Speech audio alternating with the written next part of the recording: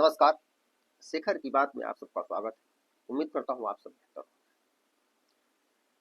तो 2 दिन से हमारी कोई बात नहीं हो पाई। दरअसल मैं 2 दिन तक पटना में था, मैं इसलिए बात नहीं हो पाई। इस बीच उपराष्ट्रपति के इस्तीफे का जो घटनाक्रम हुआ है, न विपक्ष को अंदाजा था, न हमें आपको अंदाजा था कि उपराष्ट्रपति इस तरह से एकाएक इस्तीफा दे देंगे। और वो भी सदन शुरू हो गया है, लोकसभा का मानसून सत्र, संसद का मानसून सत्र शुरू हुआ है और एक दिन की कार्रवाई के बाद शाम को वो इस्तीफा दे देते हैं। इस जो भी घटनाक्रम हुआ है उसके बाद लोगों की प्रतिक्रिया, और लोगों ने यह भी कहना शुरू कर दिया ये तो बिहार चुनाव को लेकर के इनका इस्तीफा ले लिया गया, नीतीश कुमार को उपराष्ट्रपति बनाया जाएगा। इस तरह की जो बातें हैं ये पचने वाली नहीं। जिस स्वास्थ्य कारणों का इस्तीफा स्वास्थ्य कारणों का हवाला देकर के उपराष्ट्रपति ने इस्तीफा दिया है, अब नीतीश कुमार का स्वास्थ्य तो मुझे लगता है कि उनसे ज्यादा गड़बड़ है। और अगर नीतीश कुमार को उपराष्ट्रपति बनाने के लिए जगदीप धनखड़ को हटाया जाना होता तो यह काम सदन शुरू होने से पहले कर लिया गया होता या सदन के बाद होता। सदन एक दिन शुरू हुआ और उसके बाद इनका इस्तीफा इस तरह से एकाएक, तो यह बातें बिल्कुल निराधार है, इसमें कहीं कोई सच्चाई नहीं है। हाँ, अब अगला उपराष्ट्रपति कौन बनेगा, कोई ना कोई तो बनेगा।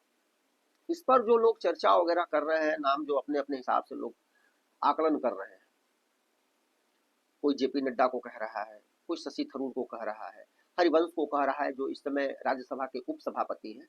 ये सारे नाम सही है, इनमें से कोई भी होगा तो कोई दिक्कत नहीं है, यह कयास लगाया जाना सही है। लेकिन इस कयास में भी मैं एक नाम जो समझ पा रहा हूं, मेरे हिसाब से वही आदमी, वह व्यक्ति सबसे योग्य है उस पद के लिए, और उनका नाम है बिहार के वर्तमान राज्यपाल आरिफ मोहम्मद खान साहब। चूंकि आरिफ मोहम्मद खान साहब की जो समझ है, जो उनका ज्ञान है, और जिस तरह से वो बिल्कुल बेबाक राय रखते हैं, चाहे इस्लाम की गंदगी हो, मुसलमानों की जो मानसिक विकृति है, उन सब चीजों पर वो जिस तरह से, उसके अलावा विपक्ष के कृत्य जो देश विरोधी हैं उस पर भी वो खुल करके बोलने वालों में से एक है।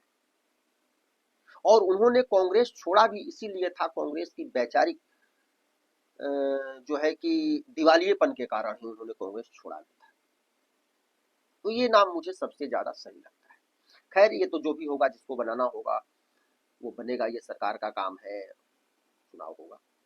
लेकिन इस बीच जगदीप धनखड़ जी ने जो इस्तीफा दिया, भाई कोई ना कोई तो कारण रहा है। उन्होंने जो हवाला दिया कि स्वास्थ्य कारणों से मैं इस्तीफा दे रहा हूँ, तो ऐसा भी स्वास्थ्य उनका ऐसा कुछ नहीं था, और स्वास्थ्य कारणों से हटके कुछ अलग दूसरी बातें हैं। हवाला तो कुछ न कुछ देना होगा, वो बातें तो कोई कहेगा नहीं। राष्ट्रपति को इस्तीफा देना होगा तो ये तो कहेंगे नहीं, वो तो कोई ना कोई इसी तरह का हवाला देंगे। इसमें एक मैं ट्वीट आप लोगों को जयराम रमेश जी का थोड़ा सा दिखाना चाहूंगा। जयराम रमेश ने जो है कि एक ट्वीट किया उनके इस्तीफे के बाद। जयराम रमेश लिखते हैं, कल दोपहर 12:30 श्री जगदीप धनखड़ ने राज्यसभा की कार्य मंत्रणा समिति बीएसी की अध्यक्षता की। इस बैठक में सदन के नेता जेपी नड्डा इस समय राज्यसभा में सदन के नेता हैं, और संसदीय कार्य मंत्री किरण रिजिजू समेत ज्यादातर सदस्य मौजूद थे। थोड़ी देर की चर्चा के बाद तय हुआ कि समिति की अगली बैठक शाम 4:30 बजे फिर से होगी। शाम 4:30 बजे धनखड़ की अध्यक्षता में समिति के सदस्य दोबारा बैठक के लिए इकट्ठा हुए। सभी नड्डा और रिजिजू का इंतजार कर रहे थे, लेकिन वो नहीं आए। सबसे हैरानी की बात यह थी कि धनखड़ जी को व्यक्तिगत रूप से यह नहीं बताया गया कि दोनों मंत्री बैठक में नहीं आएंगे। ये कारण, और ये जो बात जयराम रमेश लिख रहे हैं, यह बिल्कुल सही है। और इसके पीछे वो लोग क्यों नहीं आए, यही बता रहा है। यह इसका मतलब यह है कि जो विश्वास की खाई थी वो काफी बढ़ चुकी थी, वो लोग इसीलिए नहीं आए। उससे पीछे जो कुछ भी हुआ उन सारे कारणों के वजह से उस दिन सदन में जो कार्रवाई के दौरान हुआ उसको भी मैं बताऊंगा, वही कारण रहे कि वो लोग नहीं आए। क्योंकि हुआ क्या था कि जो जस्टिस वर्मा है, जिनके ऊपर महाभियोग चलाए जाने की बात हो रही है और जिनके घर में नोटों के बंडल पाए गए थे, आग लगे थे तो जला था, उसको लेकर के लोकसभा में सत्ता पक्ष के द्वारा महाभियोग का प्रस्ताव जो है कि रखा गया।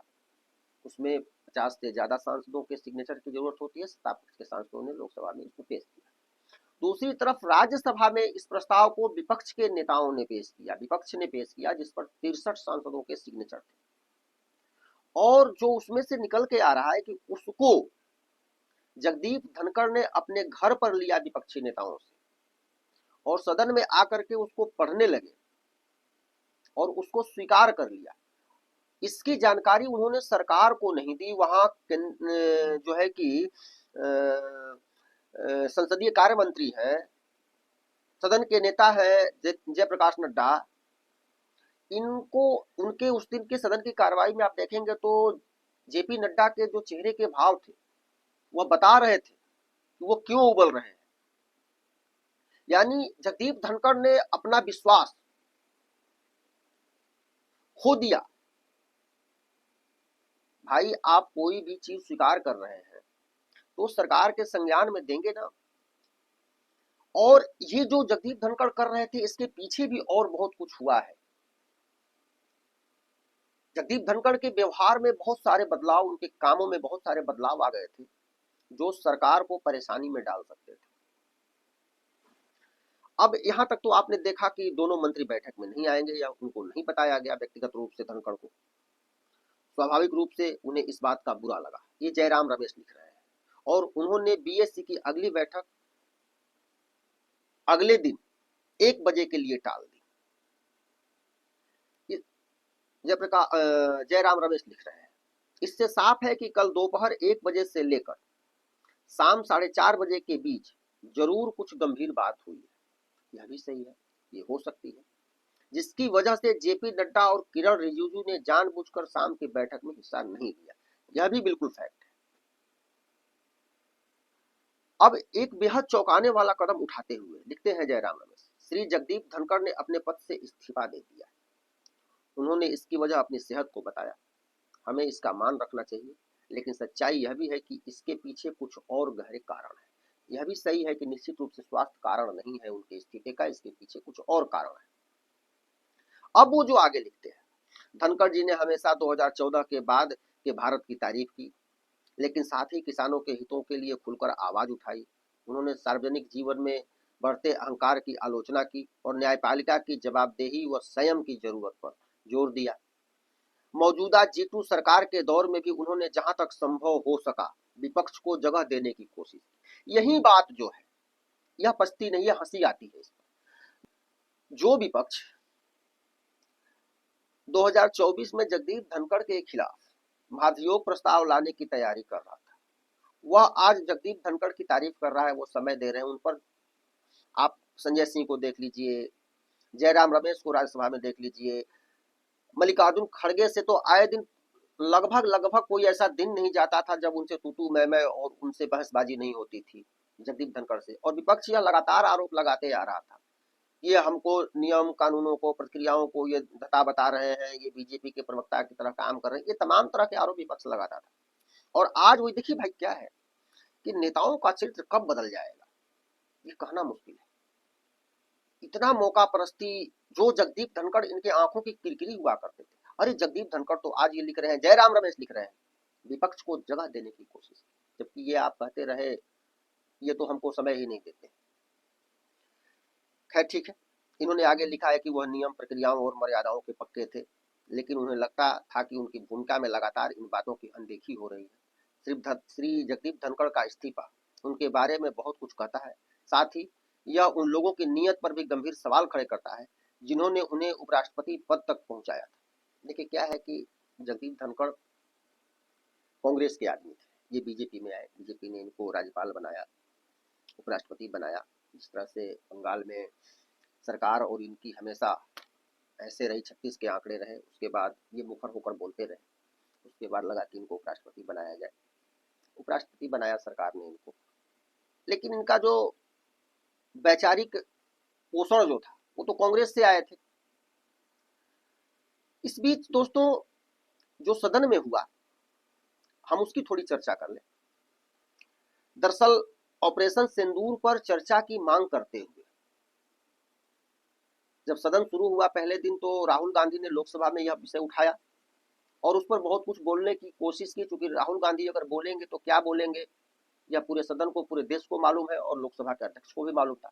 लोकसभा अध्यक्ष ने उनको बोलने का मौका नहीं दिया, क्योंकि राहुल गांधी सदन में कुछ भी बोलेंगे तो एफआईआर नहीं होगा, कोई कार्रवाई नहीं होगी, तो वो कुछ भी बोल सकते हैं जिससे देश का नुकसान हो जाएगा, देश का सेना का अपमान हो जाएगा।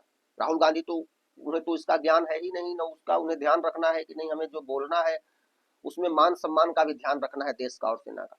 वहां रोक दिया गया। लेकिन राज्यसभा में इसी बात को लेकर के, ऑपरेशन सिंदूर को लेकर के ही जब मल्लिकार्जुन खड़गे बोलने खड़े हुए और बोलने लगे तो जगदीप धनखड़ ने उनको पर्याप्त समय दिया। और आप समझिए कि उस दिन मल्लिकार्जुन खड़गे ने जो नहीं कहना चाहिए था वो बहुत आगे बढ़ करके बहुत कुछ बोल गए हैं ऑपरेशन सिंदूर, प्रधानमंत्री, देश की सेना और तमाम चीजों पर, जिससे भारत का सर नीचे होता है। और जगदीप धनखड़ ने उन्हें बोलने दिया। संसदीय कार्य मंत्री जेपी नड्डा सब लोग वहां हैं। तो ये सारी चीजें जो हुई उस दिन, वह विश्वास की जो डोर थी उसको तोड़ दिया।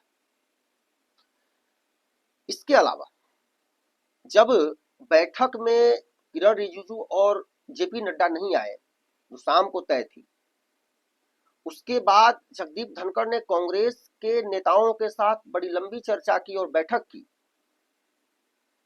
इसने भी उस खाई को और गहरा कर दिया, अविश्वास की खाई को। लेकिन इसके अलावा मैं एक वरिष्ठ पत्रकार को सुन रहा था एक टीवी चैनल पर, उन्होंने कहा कि इसके नेपथ्य में और भी बहुत कुछ हुआ है और हो रहा है जो इसका कारण रहा है। आज सदन शुरू होने के बाद उसी इनके व्यवहार में जो पहले से बदलाव हो गया था उसी का प्रतिरूप यहां दिखा। जो नहीं होना चाहिए था सदन में वो इन्होंने होने दिया, मल्लिकार्जुन खड़गे को अनाप शनाप बोलने दिया। कहीं ना कहीं इनकी जो मानसिकता थी वो बदल गई थी। उन वरिष्ठ पत्रकार ने कहा कि जब अमेरिका के उपराष्ट्रपति जेडी वेंस पिछले महीने आए थे भारत, तो जगदीप धनखड़ उपराष्ट्रपति के कार्यालय से एक मैसेज भेजा गया कि अमेरिका के उपराष्ट्रपति आ रहे हैं तो भारत के राष्ट्रपति के साथ भी उनकी मुलाकात होनी चाहिए। और चूंकि उपराष्ट्रपति प्रोटोकॉल में प्रधानमंत्री से बड़े होते हैं, इसलिए कम से कम प्रधानमंत्री के काफिले में जितनी गाड़ियां होती हैं उतनी गाड़ियां उपराष्ट्रपति के काफिले में भी होनी चाहिए। ये चीजें आप समझ रहे हैं कितनी गंभीर बात है ये। आप सरकार को सीधा सीधा कटघरे में खड़ा कर रहे हैं, सरकार को इस तरह का सुझाव दे रहे हैं जैसे आप पहले उपराष्ट्रपति बने हो या इस देश के सर्वे सर्वा हो। आप इस तरह का एटीट्यूड दिखा रहे हैं। उसके अलावा एक जो खबर उसमें और है, उन्होंने जो बताया उन वरिष्ठ पत्रकार ने कि इन्होंने राज्यसभा टीवी को और उनके कर्मचारियों को कहा था कि राज्यसभा टीवी जो है वो उपराष्ट्रपति के लिए है, राज्यसभा के जो चेयरमैन है वो राज्यसभा के लिए है और इसके हेड होते हैं उपराष्ट्रपति। तो राज्यसभा टीवी पर अधिकतर ज्यादा से ज्यादा उपराष्ट्रपति को दिखाया जाना चाहिए, उनके भाषणों को दिखाया जाना चाहिए, उन्होंने क्या कहा, कहाँ क्या बोला, कहाँ क्या कहा, किन विषयों पर उन्होंने कब क्या कहा, इस चीज को ही चलना चाहिए। यानी कि प्रधानमंत्री वगैरह को कम दिखाना चाहिए, वो उपराष्ट्रपति के लिए है, उनको दिखाया जाना चाहिए। अब यह भी आप समझ सकते हैं कि मतलब प्रधानमंत्री मोदी नहीं, हमको दिखाओ। इसके अलावा इन्होंने एक और सुझाव दिया था, पिछले दिनों ही अभी कहा था, सुझाव उसको तो नहीं कह सकते, ये तो अब लथेरइये कह सकते हैं कि राष्ट्रपति की और प्रधानमंत्री की फोटो लगती है किसी सरकारी कार्यक्रम में या कोई बड़ा राष्ट्राध्यक्ष आता है, उपराष्ट्रपति की भी फोटो लगनी चाहिए। और मैं चाहूंगा कि मेरे जाने के बाद मेरा जो उत्तराधिकारी होगा उसकी फोटो लगे, इसकी मैं व्यवस्था करके जाऊंगा। अब ये व्यवस्था करके जाएंगे, ये अब ये सब कुछ तय करेंगे, इस तरह का इनका व्यवहार होने लगा था। इसके अलावा एक जो सबसे बड़ी बात इसमें रही है, क्योंकि ये अपने आप को किसानों का नेता, किसान परिवार से आते हैं, हम जाट थे ये, जबकि किसानी से इनका दूर दूर का नाता नहीं है। इनका कौन सा परिवार किसानी करता होगा ये हम आप सब लोग जानते हैं, बाप दादा किसान रहे हैं। तो किसानों को लेकर के एक मंच पर जहां शिवराज सिंह चौहान भारत के कृषि मंत्री मौजूद थे, और वहां इन्होंने कहा था कि किसानों के हितों का ध्यान रखिए, मतलब सरकार को इन्होंने कटघरे में खड़ा किया था वहां, और कृषि मंत्री को कहा था कि आपको किसान कभी माफ नहीं करेगा किसी बात को लेकर के। यानी कृषि मंत्री को वहां बहुत बुरी तरह इन्होंने एक तरह से कहा जाए तो अपमानित किया था। जबकि शिवराज सिंह चौहान भारत सरकार में एक ऐसे मंत्री हैं, मैं कुछ ऐसे मंत्री हैं शिवराज सिंह चौहान जैसे, वो भी एक है, और भी कई मंत्री हैं जो अपने काम के प्रति पूरी निष्ठा और पूरा समय देने वाले हैं। जैसे नितिन गडकरी हो गए, शिवराज सिंह चौहान हो गए, जो काम उनको मिला है उस काम पर वो लोग 100% अपनी ताकत, अपना समय, सब कुछ लगाने वाले हैं। और जो विभाग मिला है उससे जुड़े लोगों के हित के लिए वो सदैव तत्परता से काम करने वालों में है। अब उपराष्ट्रपति उनको उस तरह से, ठीक है, अगर मान लीजिए आपको कोई बात लगती है कि नहीं ये ठीक नहीं है, ये होना चाहिए, तो आप सार्वजनिक रूप से अगर सवाल खड़ा कर रहे हैं सरकार पर, कृषि मंत्री को बोल रहे हैं, तो कहीं ना कहीं आप किसी दूसरे ट्रैक पर जा रहे हैं। इन सब चीजों ने जो है कि विश्वास की खाई को गहरा कर दिया, और उपराष्ट्रपति ने सरकार के प्रति अपना विश्वास खो दिया था। और यही कारण रहा है, जो चर्चा चल रही थी कि नीतीश को उपराष्ट्रपति बनाने के लिए उनका इस्तीफा लिया गया, ये हुआ, ये तमाम बातें जो है इसमें कोई आधार नहीं है, और न ऐसी संभावना है कि नीतीश कुमार उपराष्ट्रपति बनेंगे, यह ऐसी कोई संभावना नहीं है। क्योंकि नीतीश कुमार बिहार में रहेंगे तभी, क्योंकि चुनाव है अभी सर पर बिहार का, और नीतीश कुमार को यहाँ से हटाने का मतलब नुकसान होगा, तो और नीतीश कुमार भी नहीं चाहेंगे। तो इन सब सारी चीजों को देखने के बाद यह लगता है कि उपराष्ट्रपति का जो व्यवहार था, जो कांग्रेस इनको लगातार अपमानित कर रही थी सदन से सड़क तक, सदन के अंदर भी बाहर भी, जो इनको सदैव असहज करती रही, जो इन पर हमेशा पक्षपात का और तमाम तरह के आरोप लगाती रही, उसी के बुने जाल में उपराष्ट्रपति फंस गए। और अब पता नहीं इनको किस चीज का लालच और किस चीज के लिए क्या इनको हुआ कि इस तरह की अनाप शनाप बातें और ये काम करने लगे, जो सरकार के साथ जो विश्वास का की जो डोर है उसको उसने तोड़ दिया, उसको वो पतला कर दिया, और धीरे धीरे वो पतला होते होते होते होते वो डोर टूट गया, और इनको अपने पद छोड़ना पड़ा, इनको अपने पद से जाना पड़ा। कहीं कोई स्वास्थ्य कारण नहीं। मित्रों, आप लोग भी अपनी राय जरूर दीजिएगा।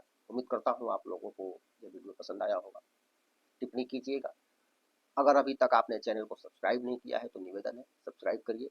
हम लोग छोटे छोटे चैनल वाले हैं, आप लोग के सहयोग से ही आज जो बड़े चैनल वाले बने हैं वो लोग भी आप लोग के सहयोग से ही बने हैं। हमें भी आप लोग सहयोग करें। बहुत बहुत धन्यवाद। राम राम।